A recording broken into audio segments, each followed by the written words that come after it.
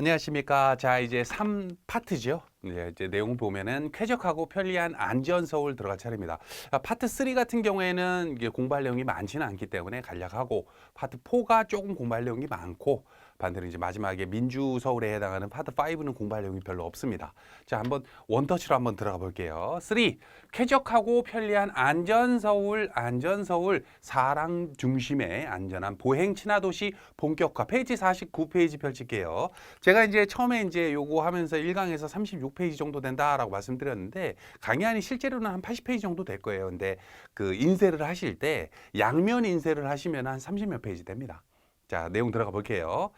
자, 사람 중심의 안전하고 보행 친화도시 어쩌저쩌고, 세종대로 사람 숲길 밑줄 그시고, 뭐 이제 관련해서 이제 2020년 12월에 토목공사가 완료됐는데, 이제 세종대로 같은 경우 이제 광화문 근처죠.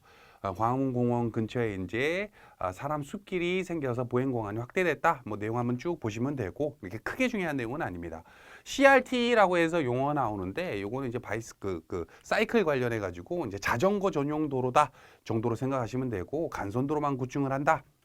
요 정도만 알아두시면 되고, 근데 보통 이제 우리 그 민선 7기에 해당하는 내용에서는 이제 8기가 됐죠. 이제 오세훈 시장이 됐으니까. 근데 대부분 이제 보행 관련해서 이제 많은 이제 그 도로를 이제 개편하고, 또 이제 사람들이 걸어 다닐 수 있는 공원, 녹지 중심의 이제 내용을 했다면은, 반대로 이제 오세훈 시장 같은 경우에 이제 재개발 사업과 이제 그 자동차 주차 혹은 이제 그런 내용들이 있는데, 요거 관련해서 조금 내용을 보신 다음에 비교해 보시는 것도 좀 재밌을 것 같아요.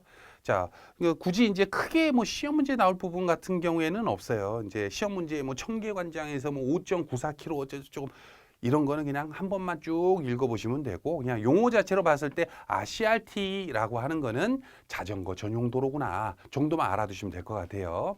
자, 넘어갑니다.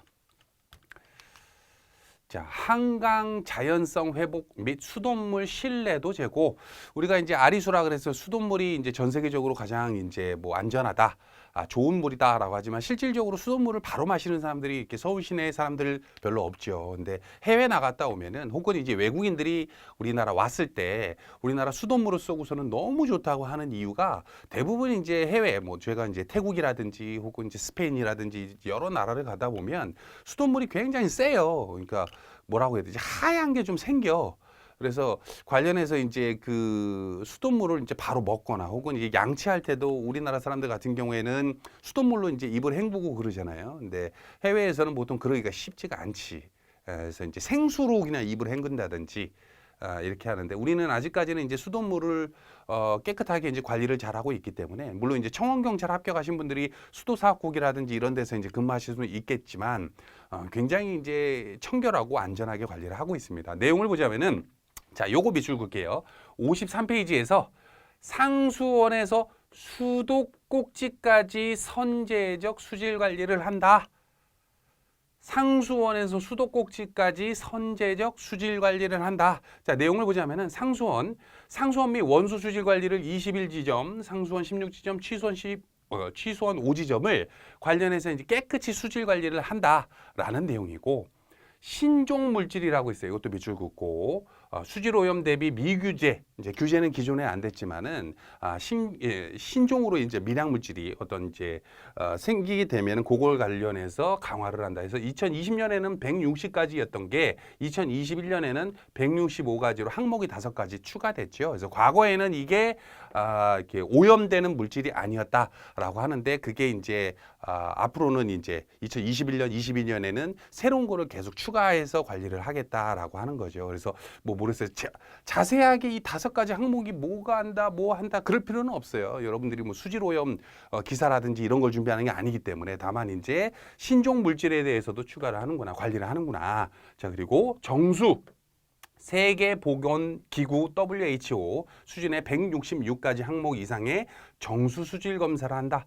171가지 항목을 하고 있죠. 그래서 뭐 WHO에서 하는 수질 검사에 해당하는 그 이상의 것을 하고 있다라고 보시면 되고, 수도꼭지 중요한 게 이거죠.